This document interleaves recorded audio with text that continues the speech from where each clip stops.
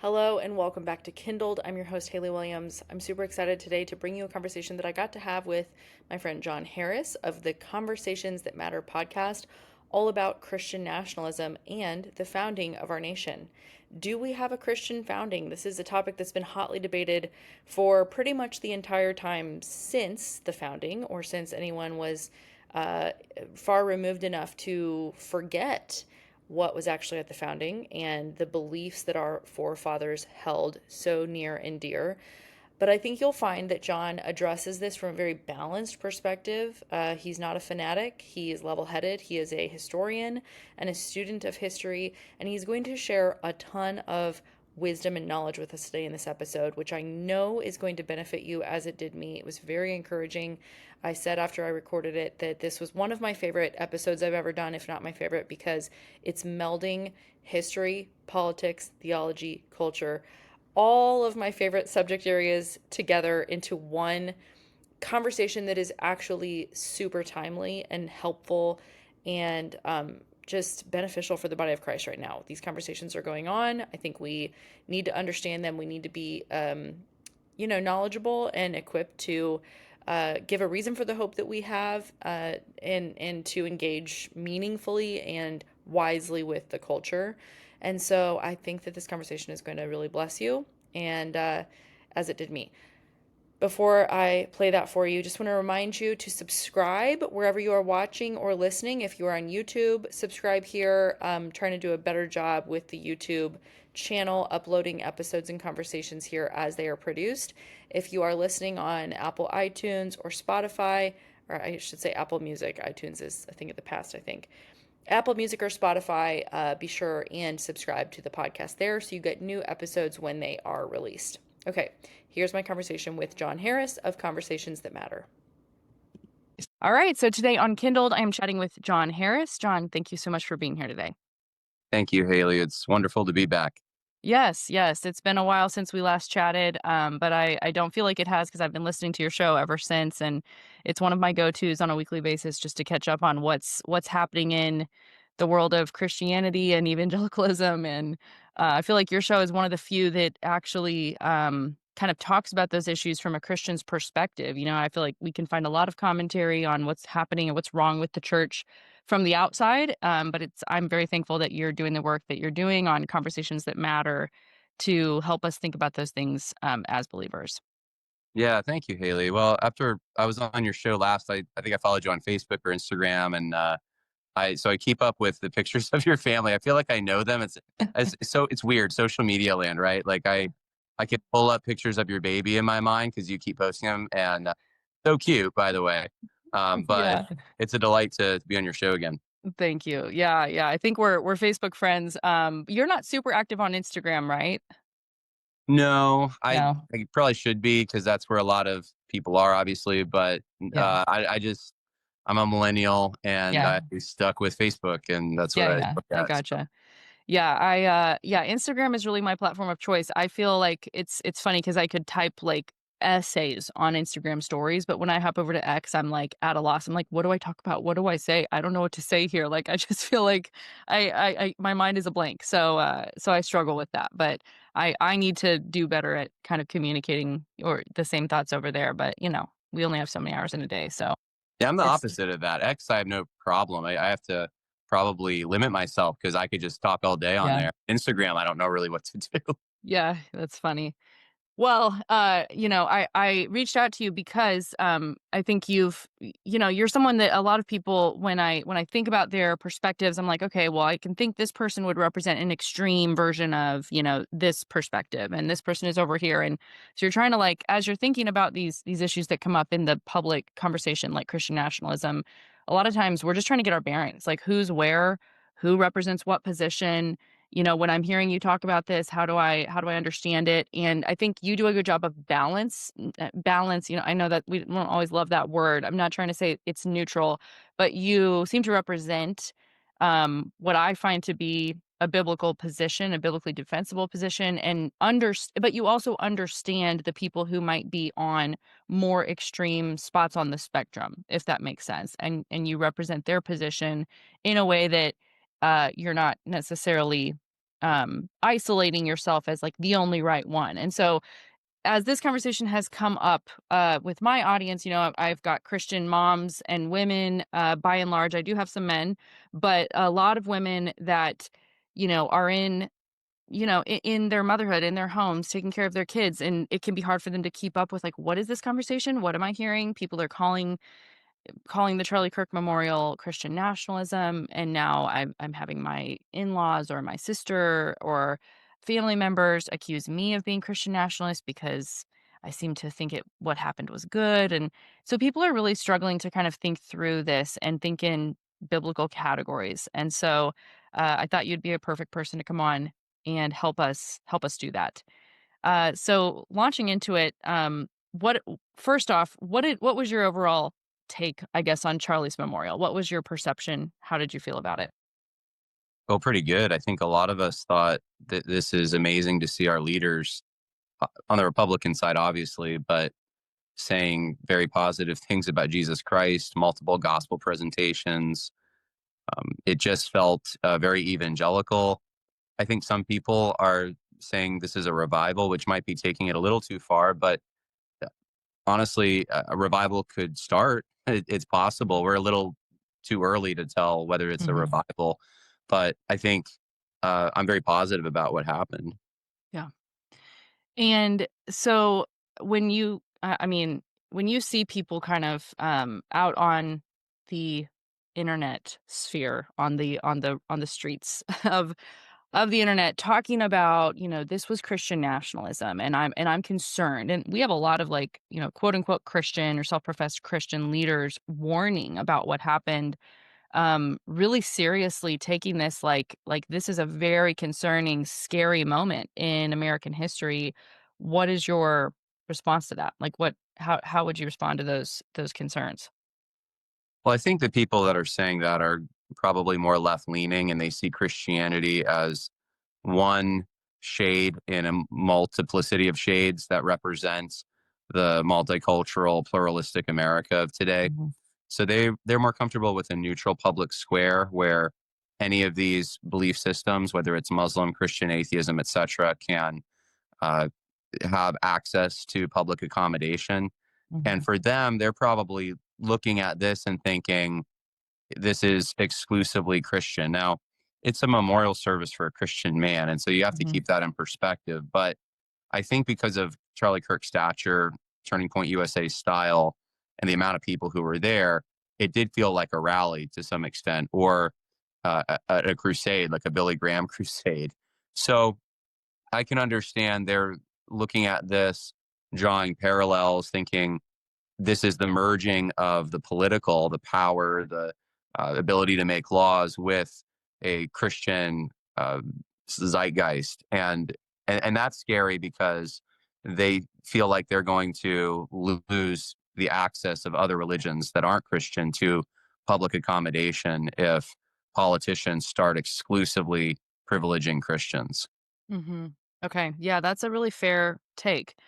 And so, there's so many directions we could go from that, but when you just said exclusively privileging Christians, I feel like what is essential to this conversation is the idea of our nation even coming from a Christian worldview, and our founders having at least biblical principles and ethics in mind, when penning our nation's founding documents. And so, my opinion is that we have seen Christianity bring freedom to the West, not the fascism that people are claiming it's going to bring. So, do you think that those concerns are legitimate? Do you see? Are you concerned about what you saw at the memorial in a sense of this could exclusively privilege Christianity, and if not, why not? Well, no, and I think there's two things probably to say on this. One is there weren't any laws other than I think Stephen Miller said something about going after Antifa, but other than that, there wasn't any policy that I saw being broadcast from the platform. It was more personal, and if there were Christians up there, they were sharing a message of personal salvation. So I think the people who are concerned about this, for the reasons I mentioned previously, are concerned uh, probably in a unfair way. They're reading into this way more than they should be. At the same time, I think it is good for Christians to be very active in proclaiming their Christianity. They shouldn't hide it under a bushel, as the song says. Mhm. And it was good to see Christians being proud to be Christian. And I think that should translate into uh, moral laws because they're good for everyone from Christianity. That is consistent with our history and, of course, our founding. But I think those who fear this have a different reading of our history and they cherry pick certain things, which maybe we'll talk about to try to Mhm. prove that we're a secular country or a pluralistic country. Yes, and I feel like that honestly underlies the entire conversation is how do you read our history? How do you understand our history?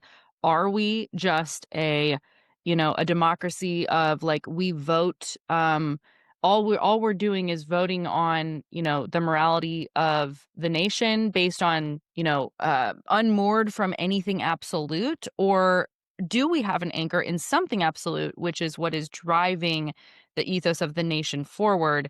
And the reason we're seeing the problems we're seeing in society is because we departed from that.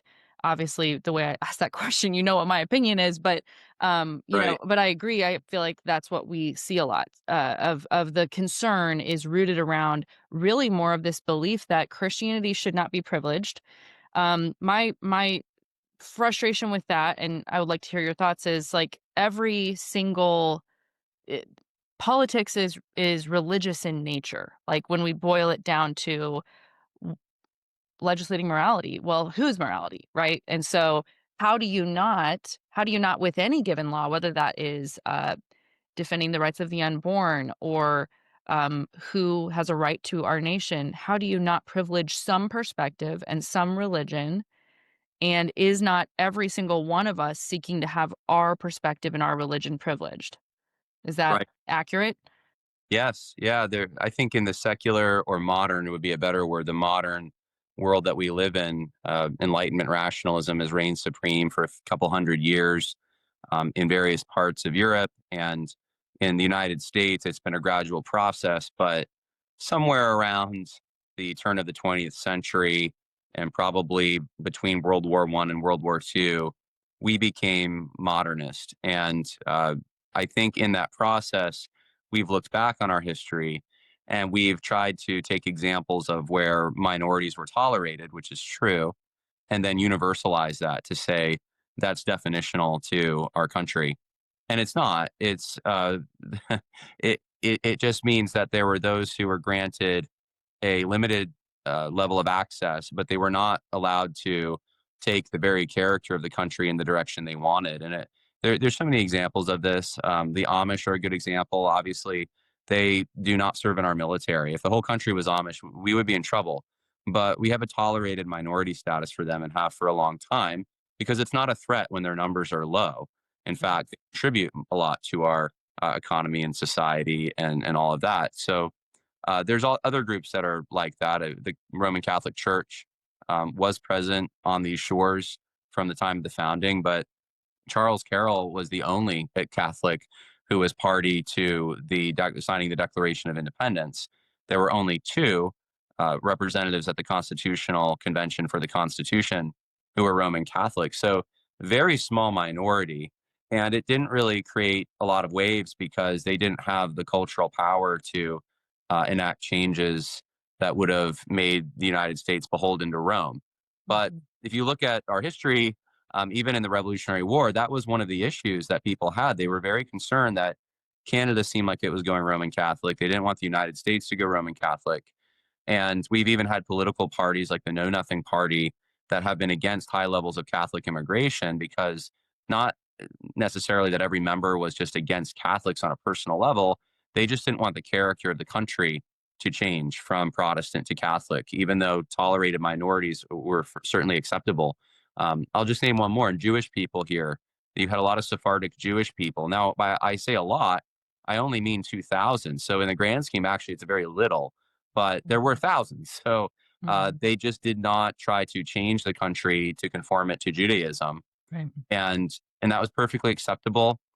We've had Jewish people in our government serving in the military. since in certain forms, the early days of the country. Many of them went to Charleston, South Carolina, and became high up in the Southern government. So I think that's what you have to put into perspective is 13 colonies, all Protestant on some level, even Maryland at the time of our founding.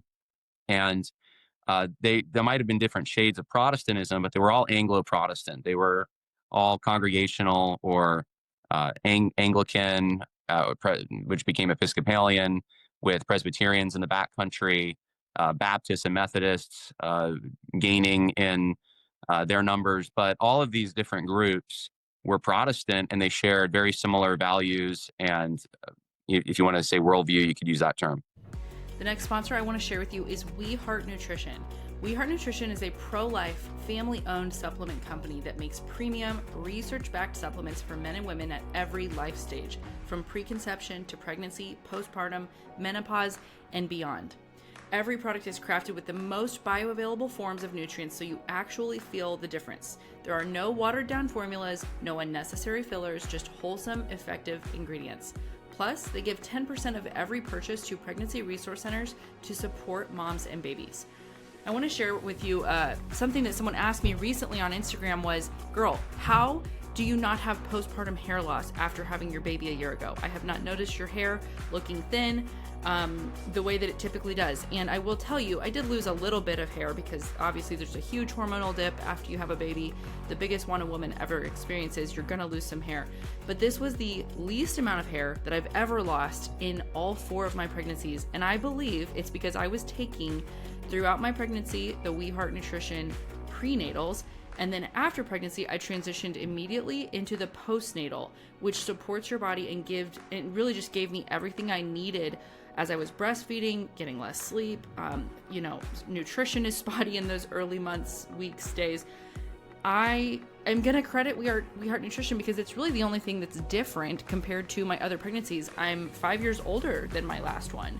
And so I have just seen the difference in my own health, my energy levels, and really I went in recently and had labs drawn, and all of my levels were great. Thyroid was fine, which I've had issues with that in the past. Everything was perfect, except my B was really high. Do you know why it was high? It's because I wasn't taking a We Heart Nutrition B. I was taking some other brand, and it's not bioavailable. So it was just building up in my system. And they told me, you got to stop taking the B. Like, that's what's giving you these headaches. High or low vitamin B can lead to that. I stopped, and the headaches have gone away. So that's just proof that the vitamins you take, the supplements you take, the quality matters so much. So go to weheartnutrition.com, use code Kindled20 for 20% off your first order. Support your health and a family-owned company that supports life. Again, go to weheartnutrition.com and use code Kindled20 for 20% off. Mm-hmm. Yeah, man, that's really helpful how you explain the minorities being tolerated but not definitional. And isn't that exactly what we see, really, especially in the last 5 to 15 years? We've seen that push of really creating, the exception becoming the rule, and if there is such a person who thinks they are a they, them, now everybody has to put pronouns in their bio to indicate what pronouns you have, right? So to create a system that privileges really the minority over the majority. And so I think we see that all over the place. I also think, yeah, Charlie's memorial, I meant to say this at the beginning, but I feel like this is the near memory, the second time after COVID of it's like another 2020, another event that where people are landing and you're seeing their theology come out. And 2020 was really helpful for me and my husband because we ended up leaving the church we were at. They started really leaning left. They were probably already leaning left. We just hadn't seen it until then. So it was the flashpoint of seeing like social justice theology and critical theory being taught to the youth group and just all these different things that we had not realized until there was an opportunity to go, oh, you think this? And so I feel like this is actually really, of course it's tragic that he died, but it has been beneficial for our insight into the leaders and thinkers that we may be following. Like, where are you guys actually at on this? Because It's been pretty concerning to see some people's takes. But what you said about, yeah, again, minorities being tolerated is really interesting. And so, where did that shift happen in our nation's history? Like, when did we start doing that from your perspective? Or I It was should say, not tolerating them, but now privileging the minority over the majority. most of that was in the 20th century. It did happen gradually over time. We had different waves of immigration, which probably was the main driver of this. So, um, in the 1840s, there was a failed socialist revolution in Europe. Actually, a lot of countries in Europe, 1848.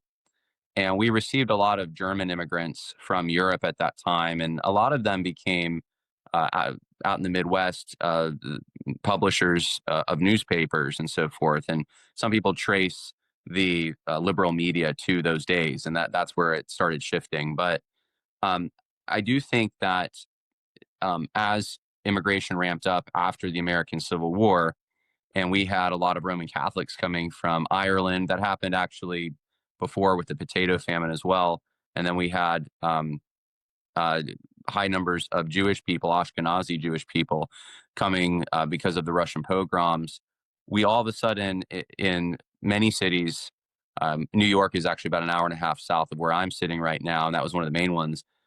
Found ourselves in a position where in order to cooperate as a people, some of these differences had to somehow be ignored, sidestepped, or uh, kind of pushed down. And we had to come up with some kind of way of sharing a society together where we had commonalities that transcended our religious differences. And so this developed late 1800s, but I don't think it came into full bloom until the Warren Court, and really the 1950s and 60s is where you see a lot of changes starting, where kids can't pray in schools, and you can't have religious displays. You have to have certain parameters. Even now, I was a town worker when I was in my teens, and we had a ruling that came down from I think it was the New York State Court of Appeals, that said that we could not, as town employees, display the nativity scene or the Christmas trees because it was privileging one religion with taxpayer Mhm. dollars, and that constituted an establishment of religion. Hmm. And the funny thing is, I actually know the judge who handed down the opinion, and he was a Christian, and he went to the Gibbs Law Firm, which is a Christian law firm, to get advice on how to render this opinion.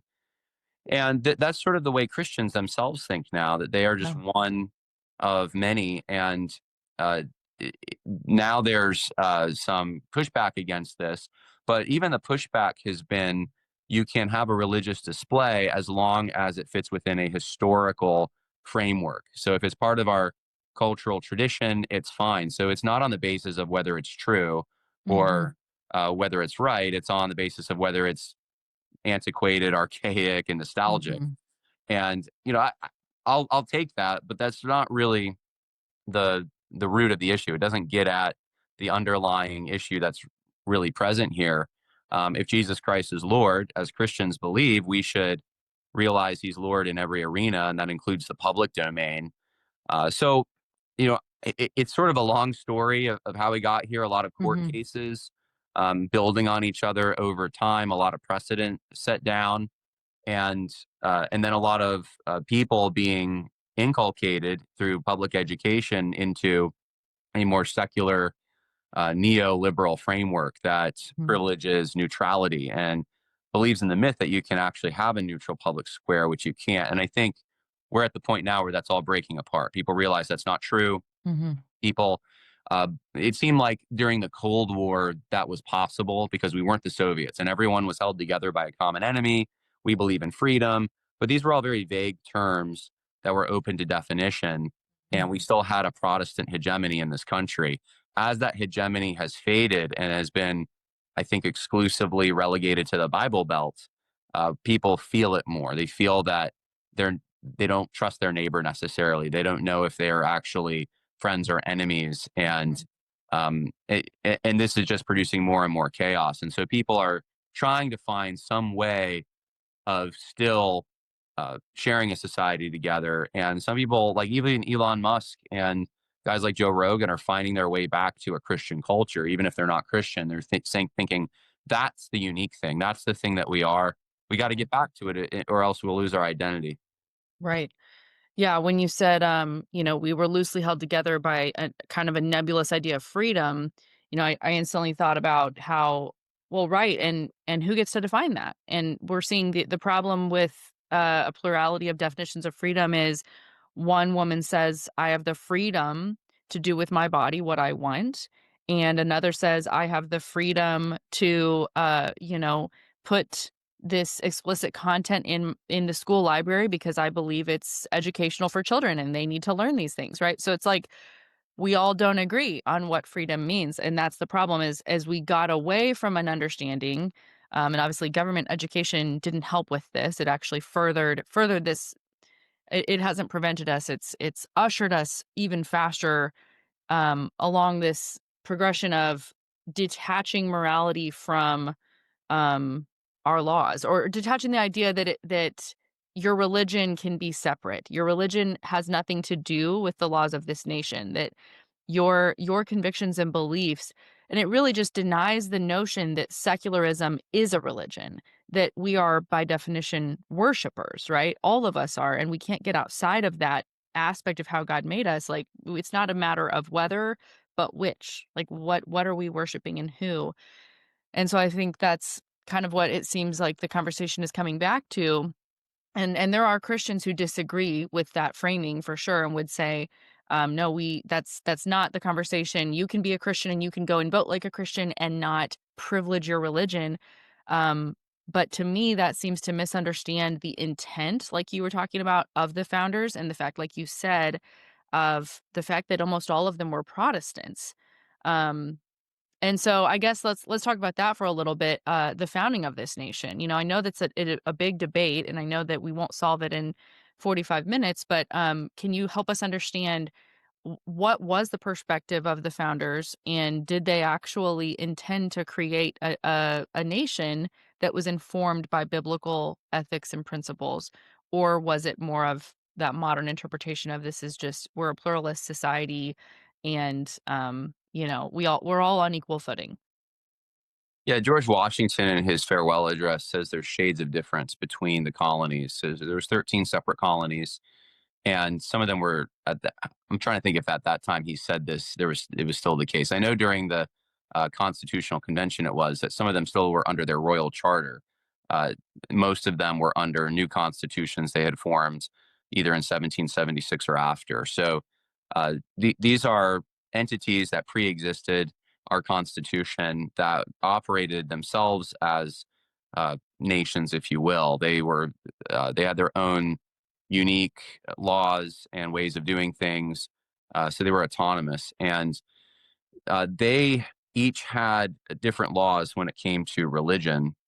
And at the time of our Constitutional Convention, they had 9 out of 13 being more or less what people today would consider theocratic, I suppose, because they had exclusive state religions. The ones that did not have that, such as Pennsylvania, had very strong Christian language in their constitution. So Mm. if it wasn't an established church of some kind, there was a more or less established religion, broadly speaking. So, for example, in Massachusetts, the Congregationalists were the established church. Your taxes went to the Congregationalist church. In Virginia, it was the Anglicans and then the Episcopalians. And then, of course, there was the Virginia, Thomas Jefferson and James Madison write a bill for religious toleration. But even then, Virginia still maintained very much a provincial Anglican character. And they still, I mean, the same year that Jefferson introduced that bill, he also introduced a bill to punish Sabbath breakers. So very Christian. Mhm. And they would not recognize the country we are today. Mhm. They would say, what happened? We had a Christian country that just was obvious. You didn't really have to talk about it. It was Right. now what they talked about was whether or not to have an established church. Right. So during the Constitutional Convention, and many people point this out who want to argue against America being a Christian country, you don't have Jesus Christ mentioned. You don't have Mhm. God at least overtly mentioned. Mhm. You have in the First Amendment that you shouldn't have an establishment of religion. Well, if you Mhm. look at the history, it's the reason all of that is there is because the Constitution is more or less a legal document binding these 13 states together. And they already had religious establishments Right. and so forth. And their concern was after breaking off from England that they would have a government that had an established church on the national level or the general level. They Mhm. most of the time, if you read the Federalist and Anti-Federalist papers, they're talking about the general government, which means the consolidated government that's in D.C. So they didn't want a church being binding all these disparate Mhm. with their own unique character states together under one banner because they wanted to preserve those unique characteristics. But those unique characteristics were all Christian. Right. So that's the way to look at it. If you go to town and you visit your Methodist church and your Baptist church and your Episcopal church, maybe Mhm. not your Episcopal now, depending on the Mhm. town, but you will find that there's similarities between all of them. In fact, you might not even notice that they're that different. Doesn't the Presbyterian service and the Baptist service, they're about the same, right? Well, they have some differences, but those differences are not enough that you can't, they're not different enough that you cannot share a society together, which is what our country was. Right. And that the founders looked at it. They were very decentralized. And if you read the Federalist Papers, I think James Madison makes the same point George Washington does that there's shades of difference, but we have the basic same culture, religion, language we speak, and that's what binds us together. You know, I talk every single day on my Instagram page about worldview. Every day, we're talking about worldview implications, ideas, ideologies, belief systems, people who don't have a solid worldview, and how can we build a solid biblical worldview in our children? Well, this next sponsor is all about that. Foundation Worldview curriculums help parents equip their kids to think biblically so they can stand firm in their faith. Help your kids spot false ideas, whether it's messages from friends, media, or culture. Kids are constantly exposed to ideas that contradict scripture. Foundation Worldview teaches them how to recognize and respond to these ideas with confidence. It's simple for parents, but deep for kids. There is no theology degree required. Foundation Worldview curriculums uses engaging video lessons and age-appropriate activities to make learning both effective and easy for families. They have curriculum options for kids ages 4 through 12. So whether you have a preschooler, elementary student, or preteen, Foundation Worldview has a curriculum designed for their developmental stage, covering biblical thinking, Bible literacy, and God's good design for sexuality. Don't wait to build a solid biblical foundation in your kids' lives. Use the code Kindled10 for $10 off a family license of any full Foundation Worldview curriculum. Go to foundationworldview.com and use code Kindled10 for $10 off. Right. And I mean, this is where an understanding of history helps us because they were leaving religious persecution, you know? And so that was obviously a huge motivator for them in not wanting to have a state church governing all of these individual churches in the colonies. They didn't want to have a nationalized church because that's what they were leaving. And but yet, like you said, there was an assumption, there was an underlying assumption, like, well, of course we're Protestants, of course we are Christians, of course we believe these things. And it's almost like what you don't say says as much as what you do. What you don't include indicates the presuppositions, indicates the things that go without saying. Like, I didn't know I had to say, like, I would imagine if they heard these conversations today, they'd be like, "Hey, idiots, like, we didn't know we had to say, like, by the way, we are Christians." Like, duh. I mean, yeah, did you have you known anything about history? And again, understanding not every single one was necessarily a true Christian. We don't know their hearts, right? And some of them, you could make the case that they weren't actually they didn't profess Christ. But there was Christian principles and ethics guiding them, and they agreed on those centrally. You didn't have an Islamic, founding father or whatever, Mormon founding father. And so there was this idea of federalism, like you were talking about, and leaving some of these decisions up to the states to kind of, again, separate but equal, and have unity, like you were talking about, with amongst some disparity, but the understanding that we were all agreed on the major Yeah. points. Yeah, yeah. I'm reminded of a letter that Richard Henry Lee, who is Robert E. Lee's father, and he famously eulogized George Washington, first in the hearts of his countrymen. Right, he was very active in the Revolutionary War. He writes a letter, I believe it was to James Madison, if I'm not mistaken, about the Virginia, or no, maybe it was to Thomas Jefferson. It was about the Virginia Bill for Religious Toleration. And he does make an offhanded remark in passing that this would also give freedom to Mohammedans. Now, a lot of secularists have gravitated towards that. They'll cherry pick. They'll use that. They'll cite the Treaty of Tripoli. There's like a canon they have that they'll cite to say, look, this was always their intention. But you have to realize a lot of these examples, like Richard Henry Lee, he's talking in a very hypothetical realm. There weren't Muslims around. Yeah. You can find maybe a few here and there, very few though. It was not any significant threat or factor. It was not the shared view of anyone else when they were passing that bill. Like I said, it was a very Christianized state with Christianized laws. Any Mohammedan or Muslim would have had to live under those laws as well. Right. So it's to import that is it is a historical fallacy of presentism to impose our current secular meanings onto the past, and then to say this was the founding view when it was only Richard Henry Lee writing a letter, a private letter. It wasn't even a public view. Mm-hmm. And you'll find a lot of these kinds of things, and people will quote them as if they're experts and they know what they're talking about. And it sounds, if you string them all together, it sounds convincing. If you start doing some homework on it, though, you realize it's all a bunch of hooey. It's that there really isn't anything to this.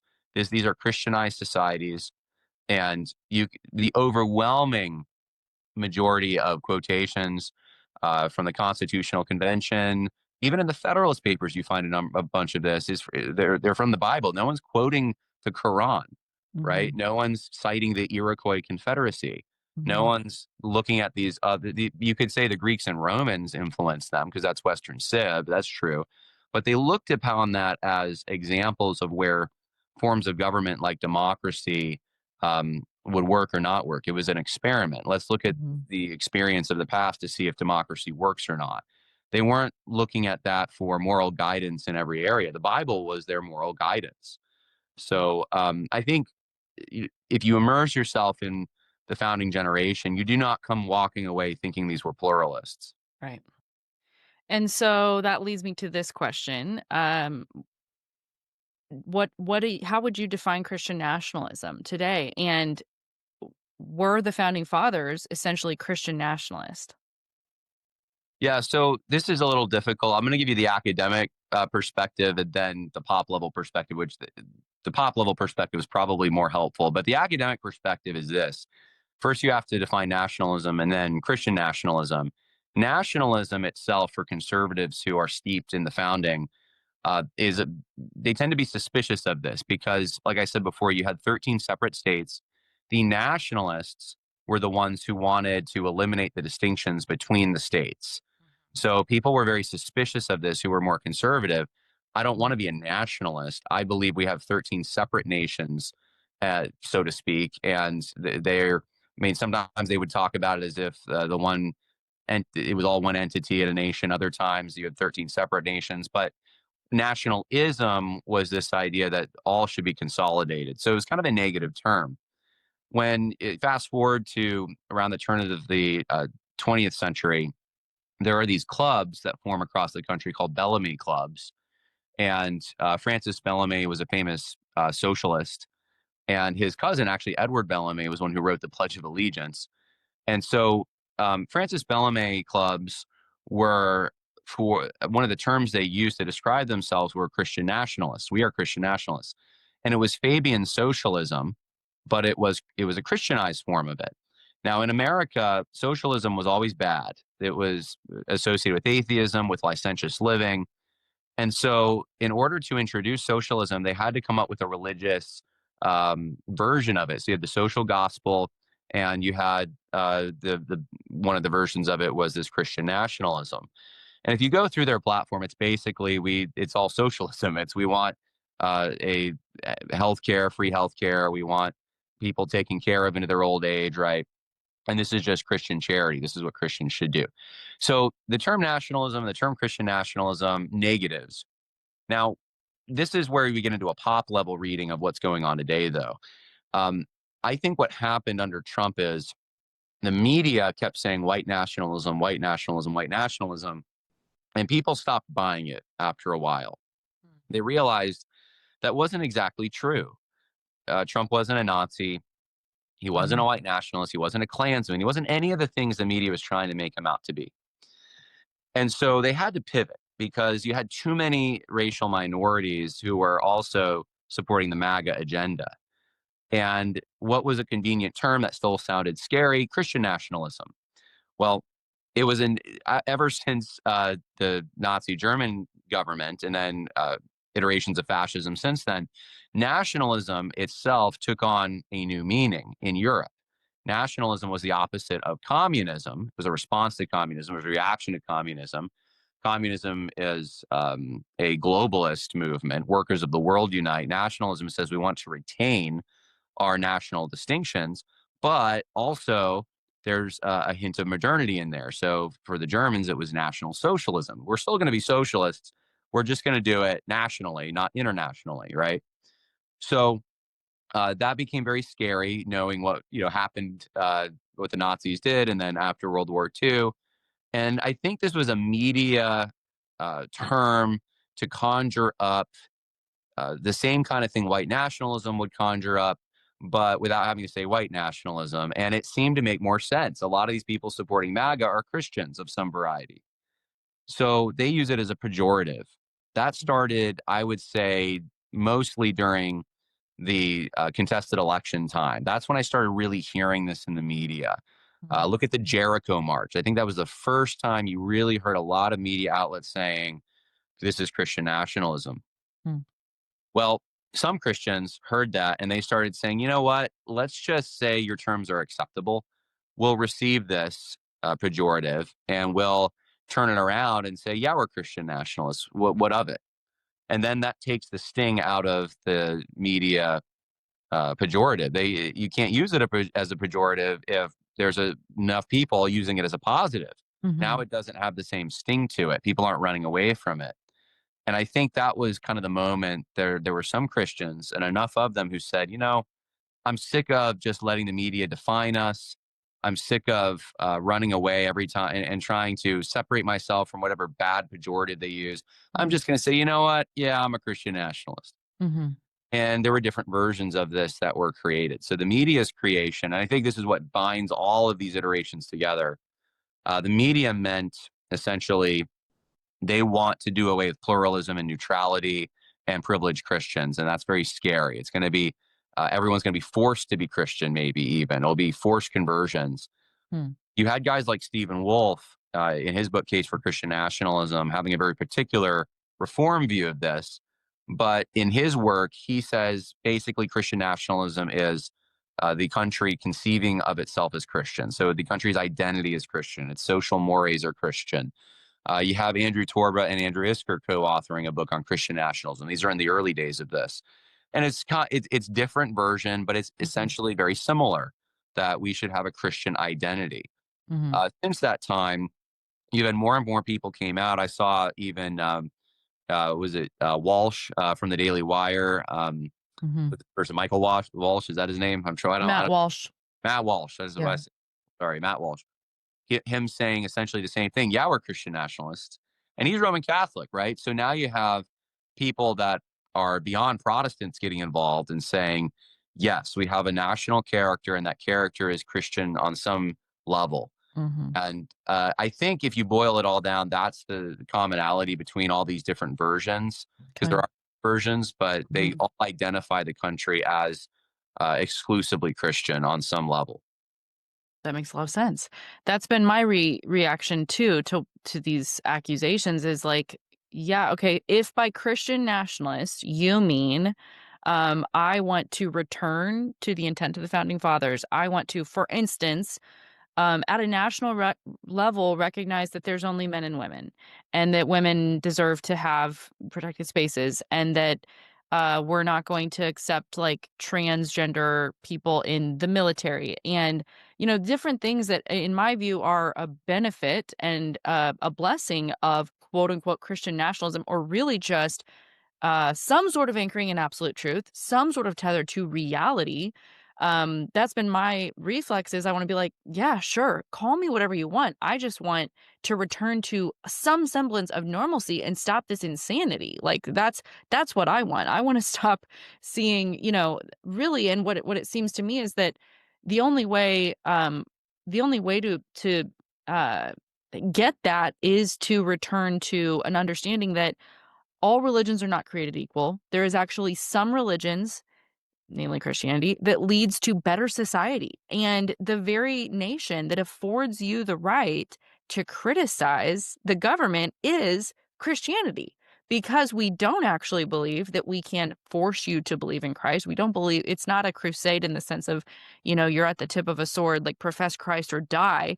That's not what has like look at what you're able to do as a result of the Christian West. You're able to start a podcast, run your mouth, criticize and insult whoever you want, and disagree with everybody, and like no one's coming after you.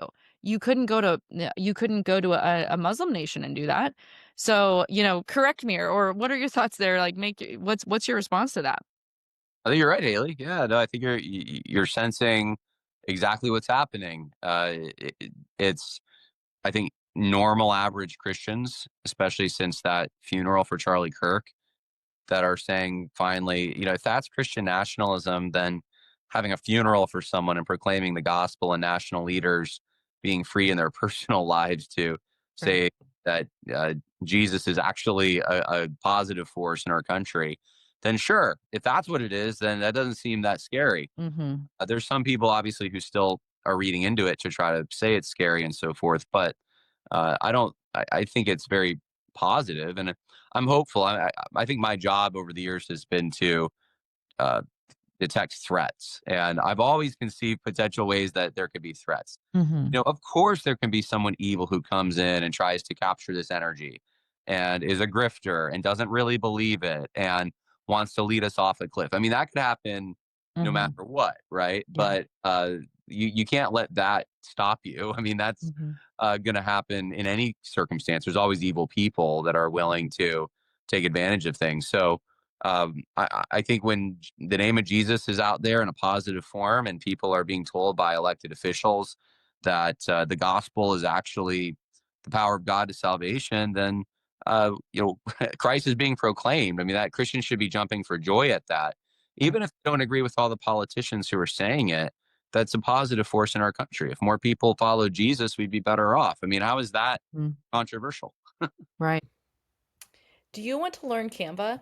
If you're ready to dive into the world of graphic design and learn how to create your own visually appealing designs, I have a course for you, the Learn Canva course by H. Williams Creative. That's me, that's my business. I have been a graphic designer for 13 years now. And in this course, I will teach both students and adults alike how to make custom designs from scratch, as well as utilize Canva's templates and various design tools. Learn how to make static graphics as well as videos. With more than 2 hours of guided walkthrough training videos on how to design and use the platform, I also provide 12 mock assignments so you can actually use this course in your homeschool as a 12-week class for your student, or you can follow along as an adult just wanting to train yourself and give yourself a challenge to learn a new skill. Maybe you're starting a business, maybe you're working as a contractor. This class is actually suitable for ages 7 to 97. So no previous experience on Canva is required. And although I designed this course with my daughters in mind, it is not childish in any way. I talk to kids like I talk to adults. An adult beginner at Canva can take this course and will not feel that it is beneath them in any way. So if you want to learn how to design in Canva, check out my Learn Canva course at HaleyWilliams.co. That's HALEY Williams.co. Yeah, and something that I know Stephen Wolfe talked about is the cultural Christianity element, that we do complain, and I've been one of the principal ones for sure, making this argument that like that's just cultural Christianity, that's not, or that's Christless conservatism, that's not real Christianity. It's what we see from a lot of our elected officials, or from just any given, influencer or author, podcaster might be, someone who's conservative but not really Christian. And we criticize that, and I think rightly so. If we're talking about who is really a follower of Jesus, then that's a necessary distinction to make. But then when you think about, well, would I rather be neighbors with a Christless conservative or a Muslim who is on jihad against me? Which one do I prefer? Do I benefit from this cultural Christianity that has been really there since the founding? You could argue, even if you want to make the case that someone like Thomas Jefferson or whoever was not really a Christian, they were just a deist. Well, okay, but he was a cultural Christian in the sense of that he agreed to these ideas, the laws of nature and nature's God. He adhered to a biblical ethic in his principles. And look at how we've benefited from that. And I think every single person listening would probably, well, for sure, would rather be neighbors and next door neighbors with a cultural Christian than some other option. And so that's where I think Christians can sometimes be almost, it can reflect it reveals there might be some utopianism in us of like, well, that's not true Christianity. And it's like, well, no, it doesn't have to be true Christianity to actually benefit the nation overall.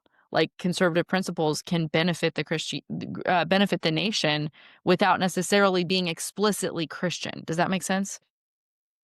Yeah. So the distinction between whether someone is born again and whether someone is operating on a Christian moral framework on some Right. level, or Right. is wanting to orient themselves to a Christian framework, even if they don't follow it, Right.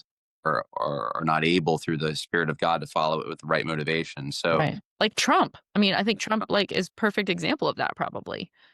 yeah. Yeah, I have no evidence that Trump is a born again believer at this point. Right. That yeah, I've seen examples of people saying, "Oh, this is where he made the." I think he was sobered after he got shot, but I don't think Mhm. he's professed Christ. In fact, he still seems to think his works are going to get him to heaven, and so I don't think Mhm. that that's an example of someone who's a born again believer, but it is an Right. example of someone who does value the heritage we share as Americans, which includes Mhm. Christianity, who thinks that Jesus was he probably thinks Jesus is God, but if he doesn't, because I know he has a background in Presbyterianism, he certainly thinks Jesus is a positive moral force. Mhm. And he has given a seat at the table to evangelicals in his cabinet, not just Paula White, right? There are actually true Mhm. evangelicals who have been in the Oval Office, who've been able to talk to President Trump about policy concerns. My good friend William Wolf was actually at the Oval Office a few months ago, and with a number of other evangelicals that he told me that were actually pretty solid.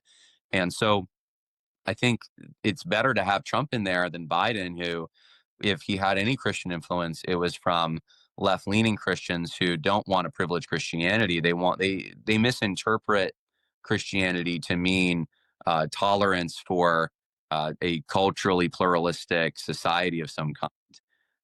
And this is one of the things I think that's confusing for some people is that you have guys like, for example, Richard Mao wrote an article for Christianity Today, and in the article he says he's a theocrat.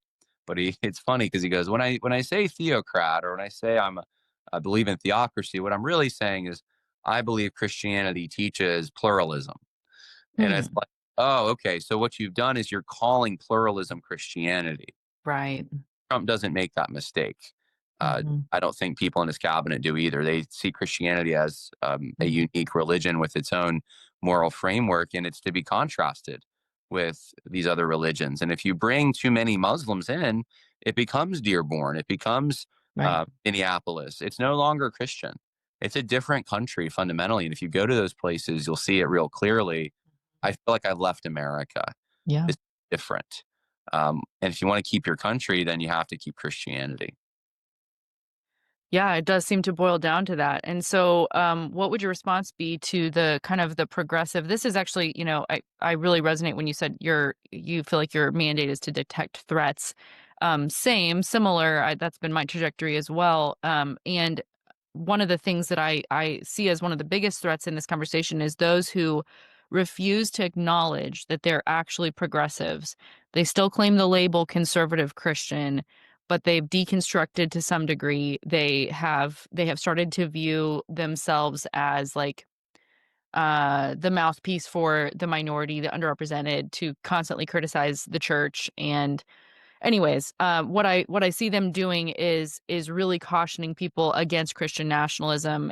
And what they mean by that is what they saw at the memorial, that our elected officials would represent any sort of semblance of, yeah, like you said, their personal faith in the public sphere, that we would quote unquote privilege Christianity.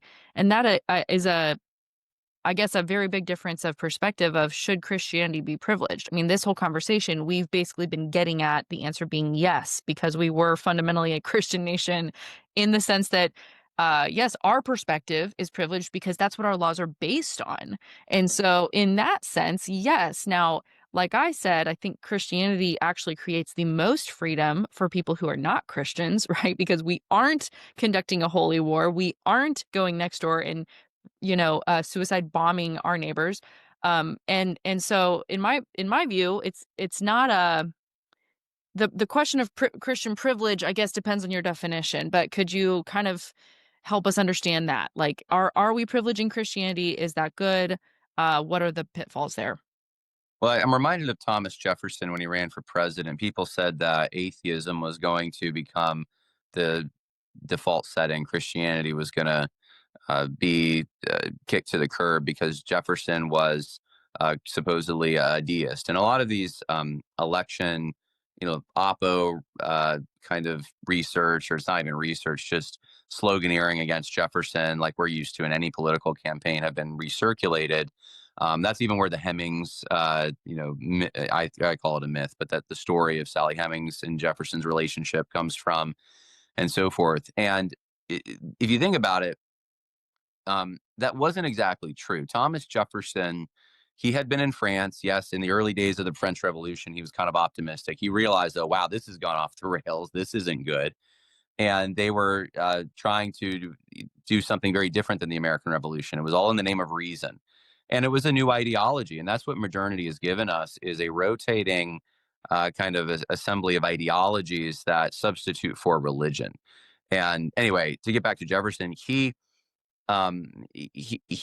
saw the I would say the he saw Christianity as a positive force, but he did question some core doctrines. For example, the Trinity.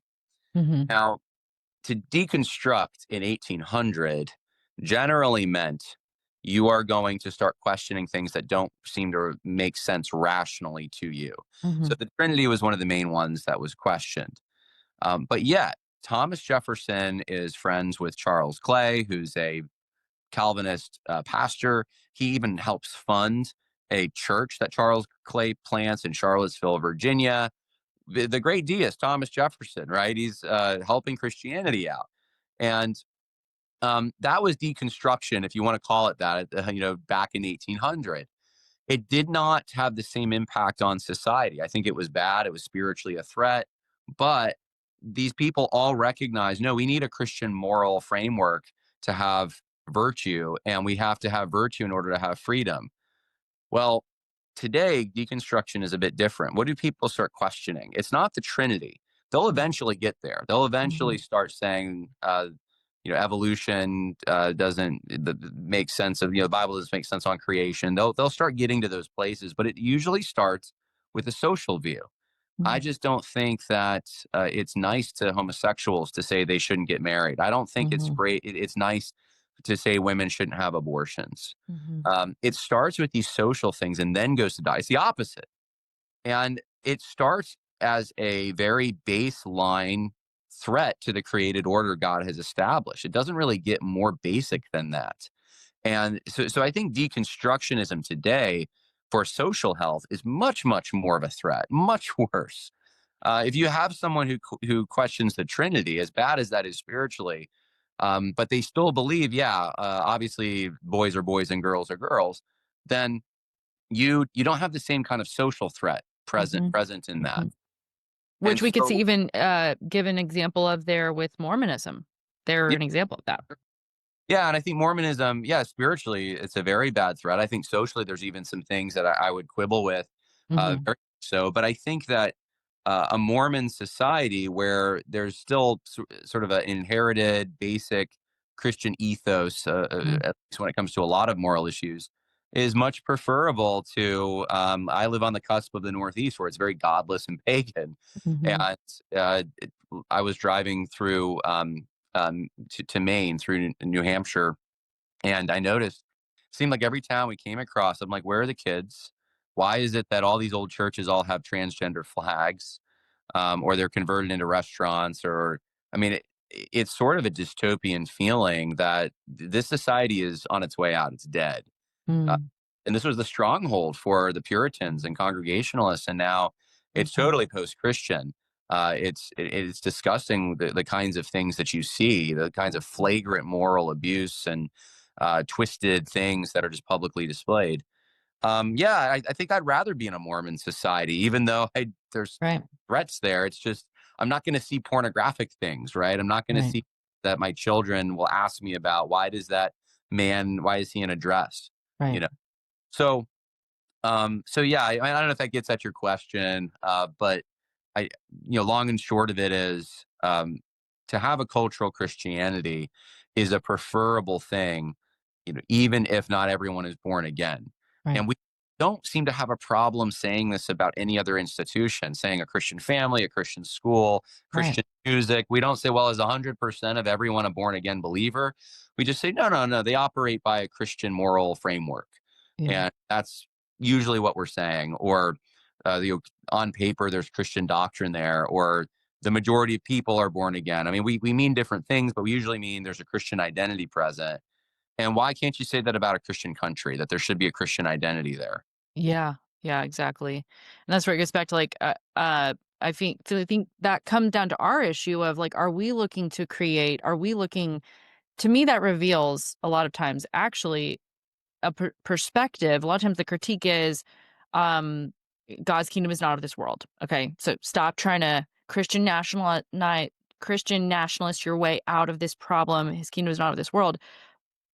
Those are not real Christians. That's what I see people saying. But it's like, to me, that reveals you're actually looking to make the kingdom here on earth because you won't accept anything less than 100% Christianity of everybody in the nation, or else, right? And so I'm like, I just don't, like you said, I mean, my kids used to go to a Christian private school.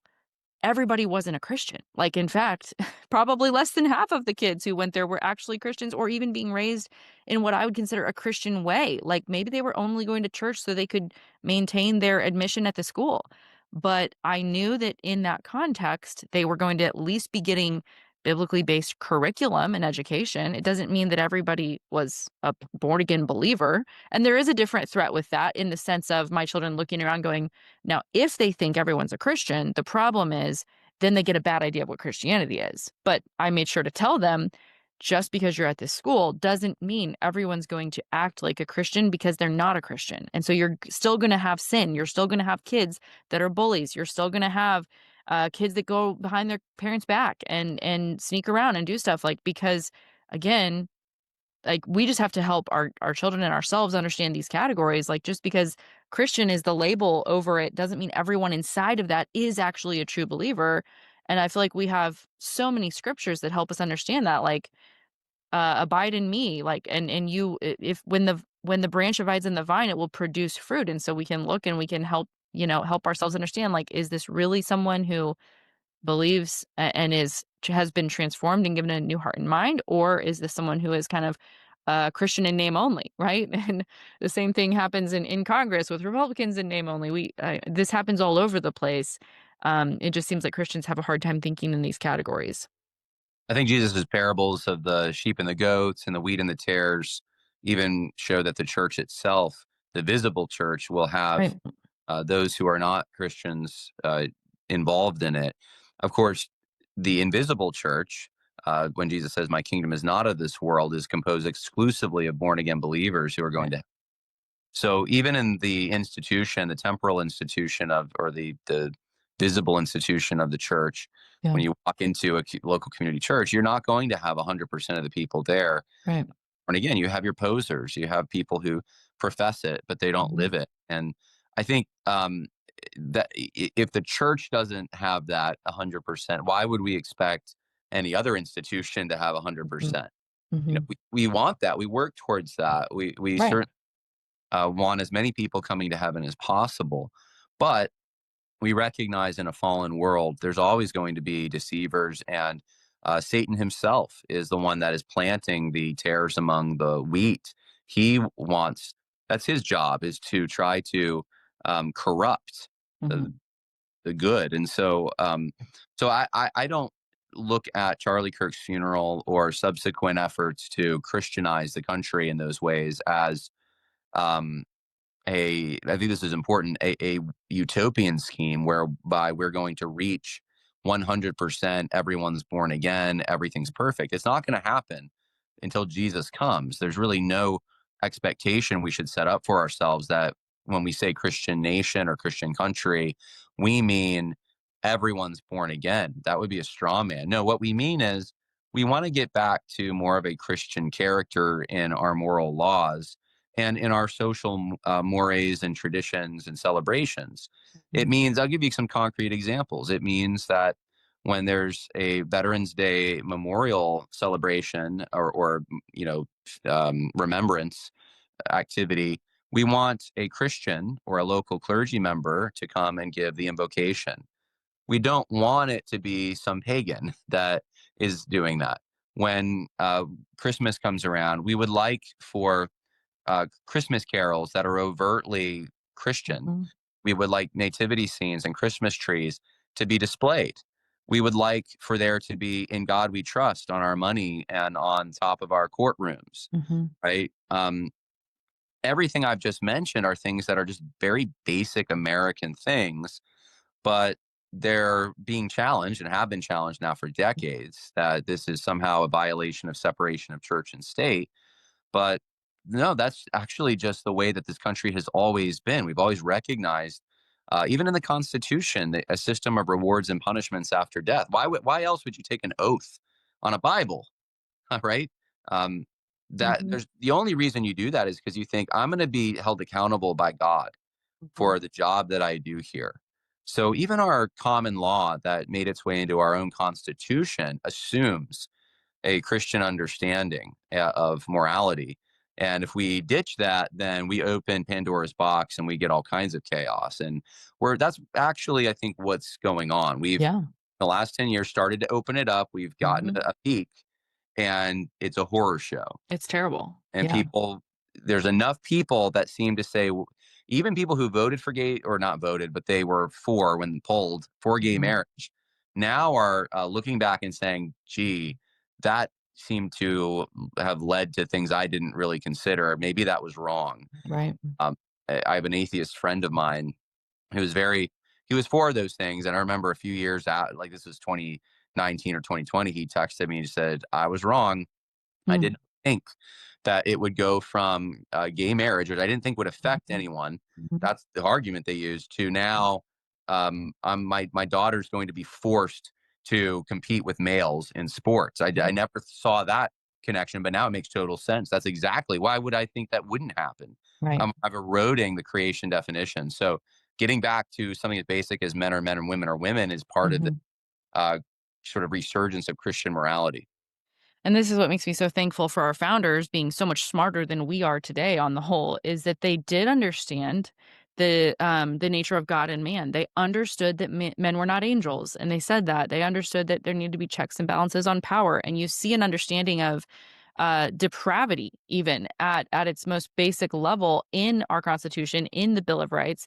There's not an assumption that man is basically good and will tend towards righteousness. There's an assumption that we will tend and devolve actually into immorality and unrighteousness. And so we have to create these guards and safeguards against that on every level, on the individual level and like civic law, and then on the national level and like how we actually set up the nation and what are the three branches of government and all of these things. And that's where it's like, I just cannot fathom how one could, with a straight face, say, we're not a Christian nation when all of like our literal systems and the fabric of this nation were based on these ideas. And again, I guess it goes back to what we've been discussing. Like, it doesn't require 100% of those involved in the founding to be born again believers to say that this nation was founded on these principles and ideals, and it's going to be better off if we return to those. And I think you're right that we have seen inside Pandora's box, and it is uglier than any of us could have imagined. And I've been shocked to see just the response. One other example of that is like the response to Charlie Kirk dying. Just the demons that have come out of the woodwork to celebrate and rejoice. And it's like you've seen Christians, or I've seen people create, databases of those who had these responses to seek to hold them accountable. But again, that's based on this idea that it's basic human decency to not celebrate someone's death, but the only reason that they have been empowered to do that is, again, a departure away from those core ideals. And so, again, I just think, that to those Christians who are, warning and worrying about this, I think, have you not been awake the last 15 years? I mean, because the evil that we have been walking through is so much worse, in my opinion, than any of the things that you're actually afraid of, any of these boogeymans that you're kind of creating. Yes. And you're absolutely right. People have been asleep for 15 years. Yeah. I think we assumed the country would just keep going as it was, many of us, and then it's not until reality hits you in the face that you start to retrace steps, and you think, oh, this, we're downstream from something upstream that affected us, and we should probably go back. Mm-hmm. Which is, that the hopeful thing here is that we are able to do that. Mm-hmm. Right? I mean, both the Reformation and the Renaissance were moves to go back to something that preceded it. Mm-hmm. Humans do this, and there's no reason we can't do this, even with technology and everything else. Now, we're not going. Nostalgia is kind of it could be good or bad. It's a blessing and a curse, Mm-hmm. because even in Ecclesiastes, it says to not pine for the good old days as if they were better. Right. But obviously, there can be situations in where you're going from a previously better situation to a worse situation, and so you look back, you try to take the good, the true, and the valuable things, you incorporate that into our modern life, but also realizing you can never completely go back to what Mm-hmm. it was in every way. You can't compete with a memory.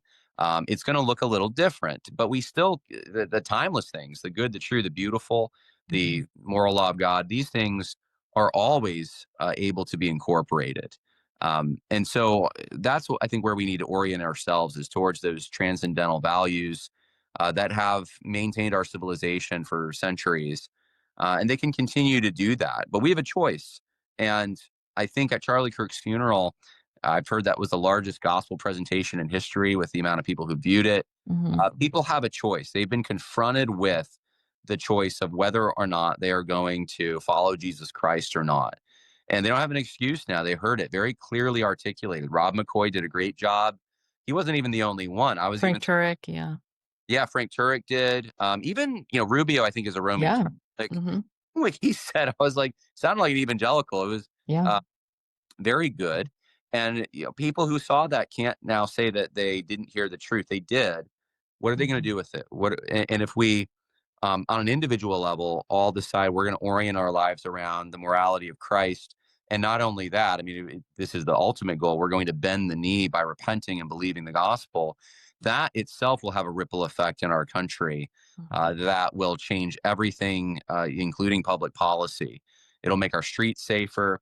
Mm-hmm. I don't care what culture you're coming from. I mean, revival can sweep lands where there was no Christianity before. And I hope that even Dearborn, Michigan, where it's a Muslim population, sees the gospel. I mean, that can turn around. And that's the hope in Jesus Christ, is that this ship can always turn around. Mm-hmm. I mean, I've thought this before, with the immigration issue. Obviously, we don't want to lose our identity, and religion's not the only factor in identity, but religion is a very important factor. It's a very fundamental factor. And what would it be like if the people coming here from other countries were all born again Christians? The left would shut that down in 2 seconds. They would be the most Mm, anti-immigration people on the planet. right. And I think it's the fact that a lot of people coming here do not share many Christian values, or at least our Protestant Anglo values that we've had for a while, that makes them want to undermine. And they think that they can increase multiculturalism by bringing in very different people. But Mhm, look, if those people get saved, if there's a revival among immigrants themselves, it's going to switch places almost. Most like maybe the right's mhm. probably not going to be pro-immigration, but the left will be anti-immigration. Yeah, So that's fascinating. I guess just I would encourage people to think about this you know, in terms of the possibilities that are present with the Spirit of God behind it. And there's no way to be discouraged. It's really just Mhm, whatever God has for you to do, you go do it. Be a mhm, good soldier, even if that's just being a faithful housewife or a faithful mhm. father. That makes a loaded difference. Yeah. Man, so helpful. My last question is just where would you recommend people go to learn more about the founding? I've gotten just inundated with requests for what are your references or resources? What books or courses do you have? A list of things that are have helped shape your understanding of history that you would consider sound to recommend. I would say first, you can't go wrong with reading primary sources. And so a lot of people are looking for curriculum or secondary sources, people who have gone through and understood what the founders said, but you can actually just go read the founders. So Mhm. I would recommend reading the Federalist and the Anti-Federalist papers if you're trying to understand our constitutional system. Obviously, our founding documents, read the Articles of Confederation, read the Declaration of Independence, the Olive Branch Petition, the Mayflower Compact, some of our early charters like the Virginia Charter of 1606, read the Constitution. I mean, these are all documents that are freely available online. I would say, read some of the great works that some of our founders put out there. I mean, Benjamin Franklin has an autobiography. That'll give you a sense of what it was like in Philadelphia before the Constitution and before the Revolutionary War. Read. I was just looking this morning at John Taylor of Caroline's commentary on the Constitution called "A New View of the Constitution." And it'll give you a lot of insight into how did people think about society and culture. Mhm. um, I don't know. There's just so much out there that's in their own words. Read the Mhm. speeches, read the inaugural addresses of the first couple presidents. The other thing you can do is find good secondary sources, obviously, which I think is beneficial and helpful.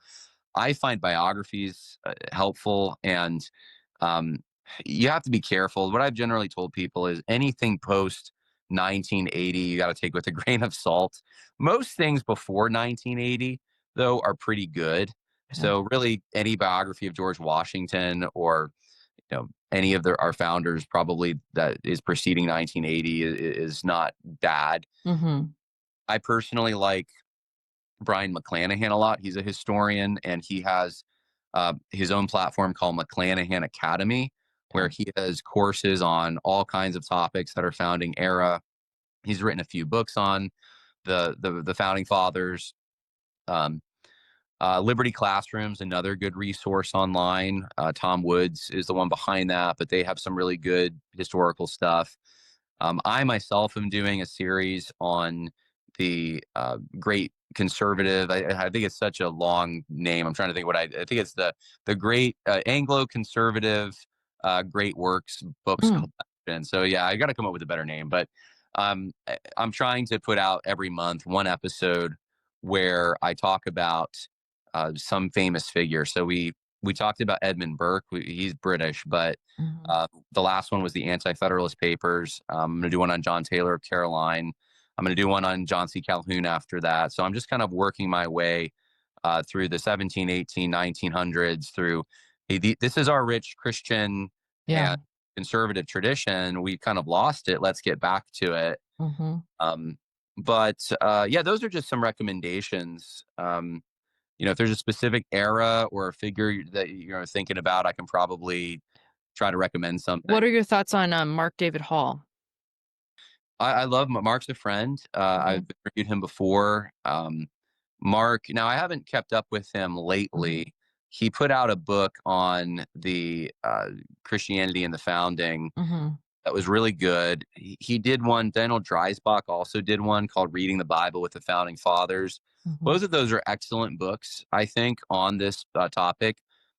Mark David Hall, I probably would slightly differ with him on some things. For Mm-hmm. example, I think that I don't think he'd call himself a pluralist necessarily, Mm-hmm. but he is more friendly to the idea that Christianity is good for everyone, including Muslims, atheists. Yeah.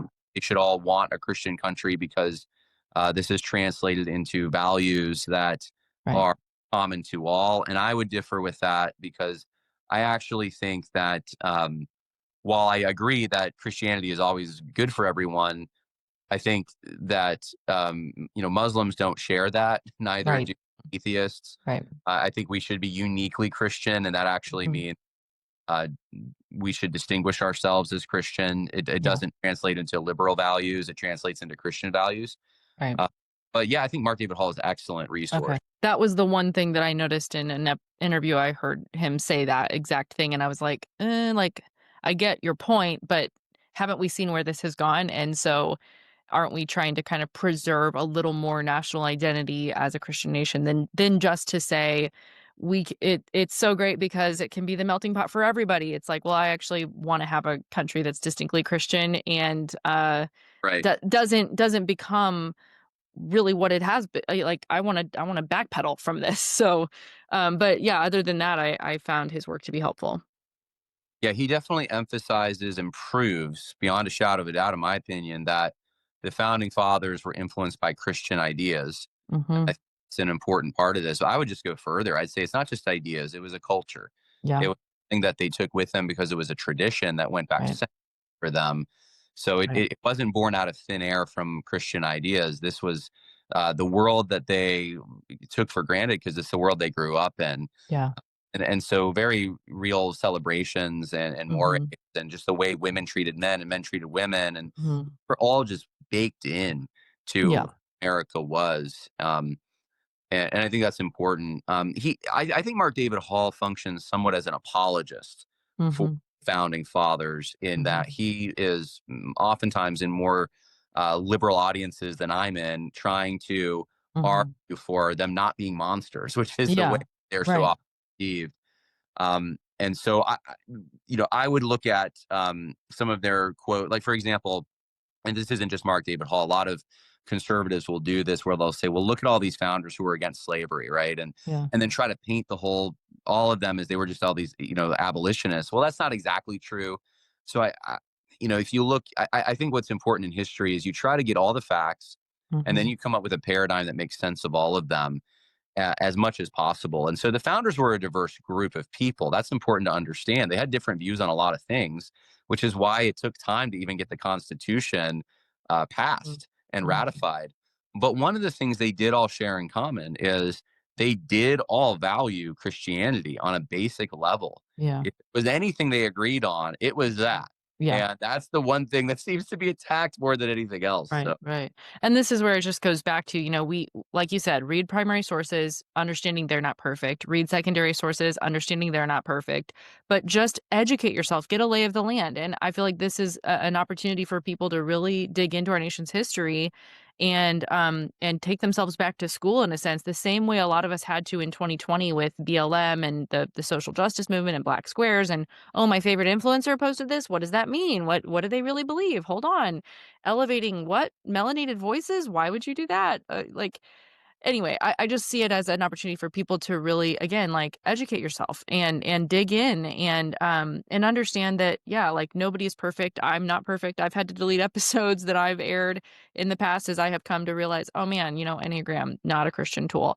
And I think that's where we all have to be praying for, discernment and asking the Spirit of God to help us to do that, but not to be tribalist in a way where it's like I only have my one source and he's the only authority on this issue and I won't read anybody else and I can't learn. It's like understanding that history is complicated and it might actually take you reading some people who have contrary views of some of these things or even contrasting views to get a full picture and come to your own assessment of that. Yeah, I'll say this too. George Washington became a hero of mine because initially I read his journal, and Mm, he went to the Ohio Valley. He was an explorer, a surveyor. Most people don't know that about George Washington. This is before the French and Indian War, and he was a young man. And it's an adventure. It's a boy's story. I was a teenager. I'm like, man, this is awesome. Um, it, I think if you get to know these people on a personal level, then you so much more appreciate them because they're so human.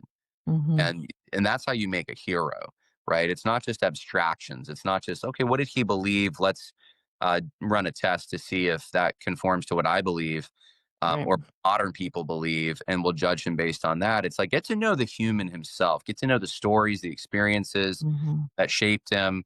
And so that's why I like biographies. That's why I like journals, autobiographies. I just read one on Patrick Henry, made me appreciate him so more. And I learned mhm, so many things I didn't know about him. I just knew give me liberty and give me death. I had been to his household. I found out things about him, like, for example, in his latter years, he was basically Ray Comfort. mm, He had gospel tracks that he had printed, and he would just hand. He wasn't even doing politics as much. I mean, he did mhm, some. He definitely did, but he was so his emphasis was he would meet someone, he would give them a gospel tract and tell them about Jesus. I mean, I was yeah, like, I didn't know that about Patrick Henry. yeah, Um, Beautiful Christian cool. heritage, though. Yeah. Yeah. Reminds me, again, bringing it full circle, kind of reminds me of Charlie Kirk, right? Like, he started out super, super political and everything was just about, politics. But I think even sadly, as he was only 31, but as he did near the end of his life, especially in the last 5 years, I think he realized that politics was not the root problem. It wasn't people voting left, it was people loving darkness and not light. And that's why he really sought to become a student of Frank Turek with apologetics and sharing the gospel and really moved in that direction. And I was even critical of Turning Point USA in years past because of that reason. I was like, it's just all, Christless conservative influencers there to be seen and see. And I'm just like, I'm not interested. Like, I've been invited every year and I've never gone because I didn't want to be a part of it. But seeing where he landed and how he shifted, to that being his emphasis and central concern and really the heart behind everything.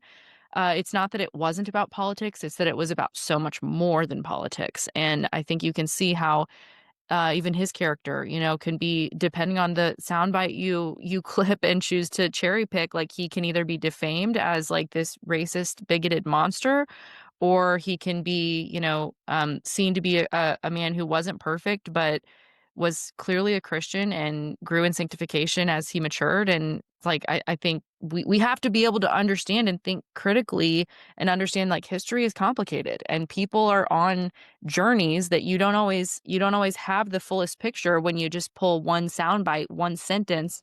People could do that to me and make me sound like a new age progressive Christian.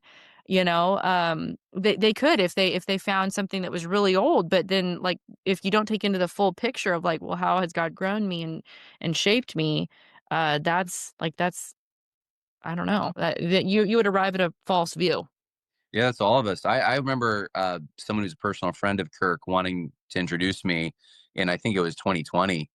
And I was just kind of like, yeah, not that I would have done it, but it wasn't the first thing on my list. I had gone to CPAC. There were rainbow flags there. Charlie Kirk was making the argument that gay marriage was conservative. And I was like, I'm not interested. Mhm, And then somewhere around like 2021, he just started getting disciples mhm. and growing. And by the time he died, he was explicitly sharing the gospel. Yeah, He had right. matured so much. And it's such a beautiful thing because that means that God can do that with any of us. Yeah. And he can take organizations that are corrupt, that Mhm, we look at as in negative terms, and he can change them just like he changes us. right. So let's work towards that, right? Yeah, That's the moral of the story. And yeah. hopefully, Haley, I'd love to see you at TPUSA at some Mm. point. Yeah, we'll see. We'll see. I'll never say never. Well, thank you, John. I appreciate your time today. And where can people find you online and follow your work? JohnHarrisMedia.com is the easiest place, and all the social media links are there. Okay, perfect. All right. Thanks again for your time. Thanks, Haley.